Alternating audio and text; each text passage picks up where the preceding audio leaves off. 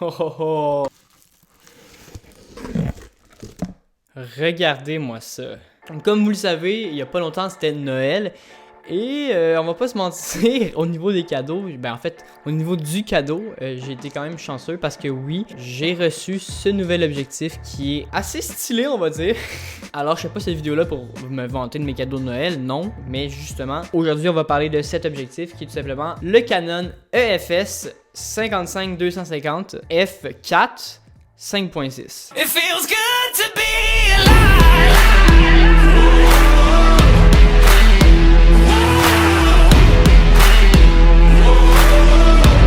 It feels good to be alive. Bon, alors voilà, on va parler de cet objectif. Alors, cet objectif-là coûte, oui, assez cher, c'est vrai, mais si on le compare à d'autres téléphotos, il est vraiment pas cher. 300$ environ. Alors oui, ça reste que c'est un prix, mais pour un téléobjectif, comme j'ai dit, c'est vraiment un très bon investissement par rapport qualité-prix. J'ai pas eu encore l'occasion d'utiliser beaucoup, je l'ai utilisé une seule fois pendant une petite sortie d'environ 2 heures. J'ai pu le tester un peu, j'ai fait quelques petites photos, quelques plans, mais vraiment rien de gros, vraiment rien de concret. Mais avec ce que j'ai testé, il était assez cool. Donc comme je l'ai dit plus tôt, c'est un objectif 55-250 mm. Donc là, on a vraiment une grande plage de jeu. C'est assez large. C'est un objectif f4 5.6, ce qui veut dire qu'en fait, quand l'objectif est à 55 mm, quand on zoome à 55 mm, il ouvre tout simplement à f4. Et rendu tout au bout à 250 mm, on ne peut que l'ouvrir à 5.6. On va pas se mentir qu'avec la plage focale, le flou d'arrière-plan est assez compensé, mais ça reste qu'on perd quand même plus qu'un stop. Ça peut en déranger plus qu'un parce qu'on perd de la lumière dans le capteur. Il faut réajuster notre exposition. Encore là, c'est pas grave. Moi, personnellement, j'étais habitué avec mon ancien objectif, le 18-55, que j'utilisais sur tous mes projets avant. Et ben, c'était exactement la même chose. Un 18 à f4 et un 55 à 5.6. Bon, là, avec mon nouvel objectif, j'ai un 55 à 4. Donc, encore là, c'est très bien pour moi. Ça me fait encore une ouverture plus grande pour mon 55 mm.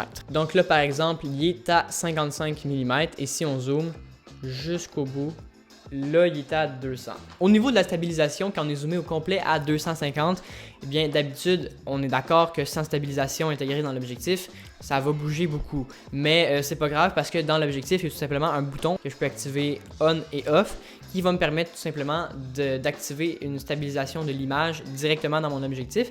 Et ce qui est quand même impressionnant, c'est qu'on dirait qu'il n'y a presque pas de crop, donc c'est assez fort à ce niveau-là. Bon, alors je pense qu'on en a assez parlé niveau specs. Maintenant, si ça vous intéresse, il y aura un lien dans la description pour tout simplement acheter l'objectif. C'est un lien affilié, donc ça supportera la chaîne. Maintenant, je pense qu'il est temps d'aller faire un test à l'extérieur avec mon téléobjectif, prendre quelques photos, quelques vidéos et voir le résultat. Ok, donc on est équipé de mon 55-250 mm et tout simplement, là, je me suis mis devant un assez grand paysage pour pouvoir voir à peu près jusqu'où ça peut mener les différentes longueurs focales. Donc, on va commencer par 55 mm et on va monter 70, 100, 135, etc.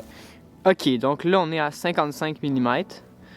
Et on va tout simplement monter jusqu'à 70 environ. Ça, c'est 70. Ça, c'est 100, 135, 200 et finalement 250. Donc, il y a quand même une assez grande différence entre le 55 et le 250. Si on les met côte à côte, on voit quand même la différence. Alors là, ça, c'est sûr que c'est pas le plan le plus beau. Hein? C'était vraiment juste un plan de test. Maintenant, on va essayer de prendre quelques photos, quelques vidéos avec le 55-250 mm pour voir ce qu'il est capable de faire.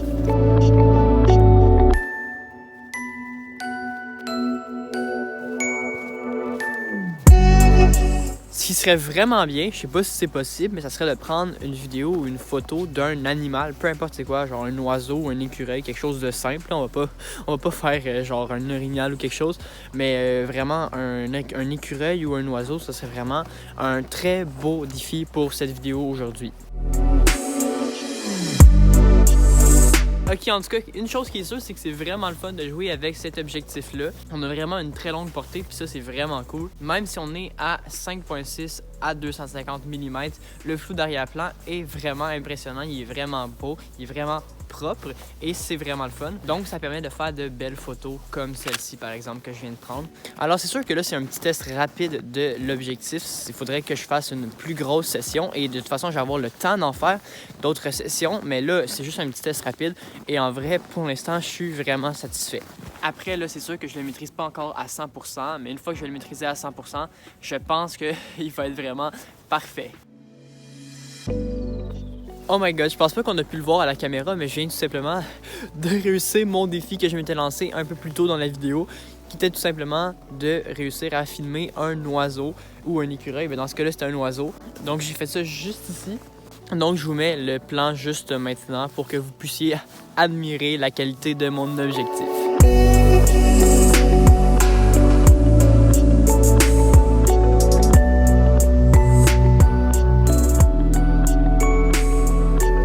Bon alors voilà, c'est déjà la fin de cette vidéo, j'espère qu'elle vous aura plu. Si c'est le cas, n'hésitez pas à lâcher votre plus gros like, à vous abonner à la chaîne, ça fait toujours plaisir. Il y a un lien de l'objectif en description si jamais ça vous intéresse. Et moi pour ma part, je vous dis ciao, c'était Mathis. Ciao!